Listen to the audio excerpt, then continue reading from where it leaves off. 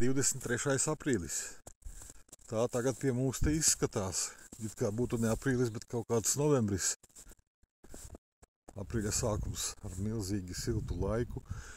Līdz 26 grādiem rekordi siltuma. Un tagad jau otro nedēļu augsti. Un šonakt vispār sola -5.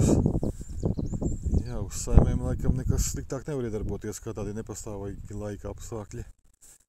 Ja sākumā ļoti strauja attīstība un lielas cerības, tad tagad saimes tā nosēdušās, ka jau ar tām bitēm paliek ar viena sarežģītāk. Jāsāk barot. Pretējā gadījumā var palikt arī bez saimēm. Siltu laiku pagaidām nesola. Nu, sāksim barot, neko darīt. Dosim nosēdušos medu. Jā, ļoti tāds variabls laiks. Bitītes vēl šur tur pa vienai lido, bet, nu, tas jau nav nekas salīdzinot ar to, kā bija aprīļa sākumā. Skatīsimies, kādus tālāk mūsu laika apstākļus piesolīs daba. Viss balts, viss, nu jā.